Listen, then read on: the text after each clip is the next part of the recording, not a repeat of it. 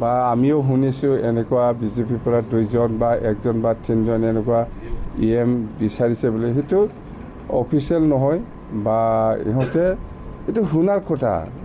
বিজেপিৰ পৰা নিশ্চয় এনেকুৱা ষ্টেটমেণ্ট আজিলৈকে দিয়া নাই আৰু মই শুনাও নাই। কিন্তু বাহিৰে বাহিৰে শুনা কথাহে এইটো, এইবিলাক বাহিৰে বাহিৰে শুনা কথাহে।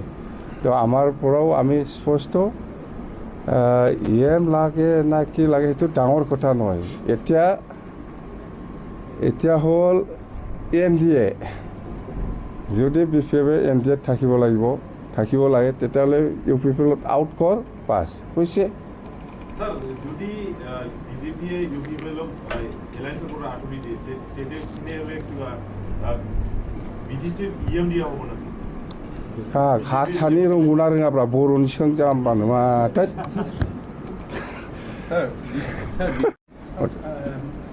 বিজেপিয়ে যদি UPPLক ইণ্ডিয়াৰ পৰা বাদ দিয়ে তেনেহ'লে BPF কি বিজেপিৰ লগত এলায়েন্স চৰকাৰ কৰিব নেকি BTCটো?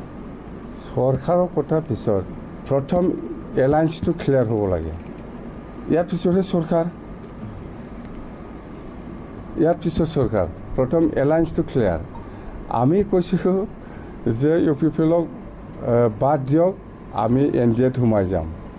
তেতিয়া ক্লিয়াৰ হৈ গ'ল। তেতিয়া বিজেপিক লৈ পেলাই চৰকাৰ কৰে নকৰে সেইটো অট'মেটিক ইনক্লাইন। সেইটোৱে UPPLক বাদ দিয়ক, আমি বিজেপিৰ লগত NDA লগত থাকি পেলাই আমি চৰকাৰ গঠন কৰিম। আমি চৰকাৰ গঠন কৰিম মানে এলায়েন্সত আমি থাকিম। চৰকাৰটো অকলেও বনাব পাৰে, বিজেপিকো লৈ পেলাই বনাব পাৰে, সেইটো ছেকেণ্ড অপশ্যন। প্ৰথমত NDA এলায়েন্স, UPPLক বাদ দিব লাগিব। ডিমাণ্ড মাথে ফাটা 16টা ডিপাৰ্টমেণ্ট ঘূৰাই আনা আৰু BTCটো যিটো ষ্টেটাছ, ক্ষমতা, পাৱাৰ সেইটো আগৰ নিচিনা থাকিব লাগে। নহ'লে এই UPPLৰ দিনত একটা ইন'ভা গাড়ী লৈ পেলাই আগৰ মাথাত EM লৈ পেলাই লিখি পেলাই একলা ঘূৰা, এনেকুৱা ক্ষমতাটো আমাক নালাগে। আগৰ ক্ষমতাটো কি আছে জানে? EM সকলে একটা এস্কৰ্ট পায়, EM সকলে 2টা PSO পায়, চিফ ডেপুটি চিফে আগে পিছে এস্কৰ্ট লৈ পেলাই ঘূৰে। এইবিলাক ক্ষমতা ষ্টেটাছ বুলি কোৱাটো BTC চুক্তি যিটো আমাক ক্ষমতা দিছে সেইটো আমাক আকৌ লাগে। এইবিলাকেই আৰু কি। আমাৰ আজি BPF দলৰ PMB বৈঠক হৈছিলে। যিহেতু আপোনালোকে চবে গম পাইছে যে অহা 5 তাৰিখ অক্টোবৰত যিটো চৰকাৰ গঠন কৰিবলৈ গৈ আছে, ইয়াৰে অথ-টেকিং চেৰিমনি আছে। সেইটো বিষয় লৈ আমি এতিয়া চৰকাৰ যিহেতু বনাবলৈ গৈ আছে, যিটো সময়ো নাই, সেই হিচাপত আমি PMB আলোচনা কৰিছে যে অথ-টেকিঙৰ পিছত যিহেতু চৰকাৰত বহিব, আমি কি কাম কৰি যাম সেইটো লৈ খুব চিৰিয়াছলি ডিছকাশ্যন হৈছে। আৰু আমি আচলতে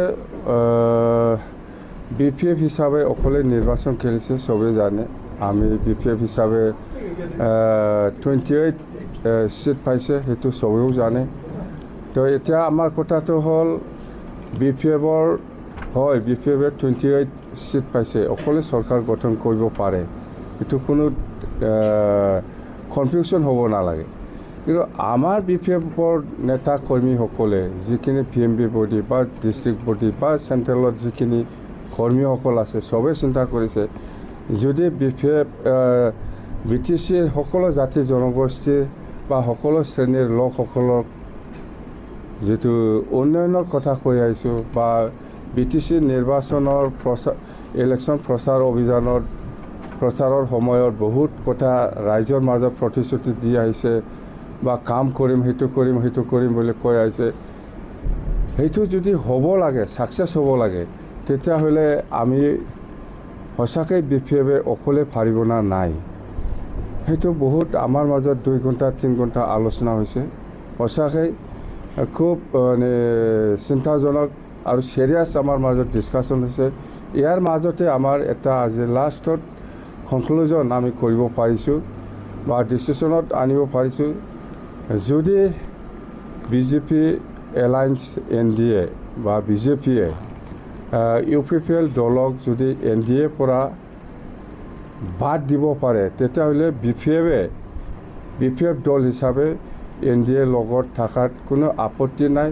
আৰু আমাৰ যিখিনি ইলেকশ্যন ইস্তাহাৰত যিখিনি ৰাইজৰ হৈ কাম কৰিবৰ কাৰণে যিখিনি প্ৰচাৰ চলাই আহিছিল, ইস্তাহাৰত লিখিতভাৱে প্ৰচাৰ কৰিছে, সেইবিলাকৰ ওপৰত ইমপ্লিমেণ্টেশ্যনৰ ক্ষেত্ৰত যদি সহায় কৰে বিজেপিয়ে আমাৰ NDAত থকা পিছত বা আমি NDAত থাকিম, তেতিয়াহ'লে আমাৰ কোনো আপত্তি নাই।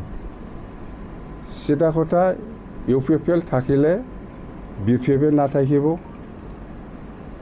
যদি UPPLক বাদ দিব পাৰে, তেতিয়া BPF বিজেপিৰ লগত এলায়েন্সত থাকি পেলাই কাম কৰিবৰ কাৰণে ইচ্ছা আছে আৰু থাকিব। আৰু আমাৰ কিছুমান ডিমাণ্ডছ আছে BTC উন্নয়নৰ স্বাৰ্থত, সেইখিনি নিশ্চয় বিজেপিয়ে আমাক সহায় কৰিব বুলি আমি আশা কৰি আজি আমাৰ কোনো আপত্তি নাই NDA থাকা, সেইখিনি ডিচিশ্যন আমাৰ মাজত আহিল। তেওঁলোকক আকৌ পুনৰ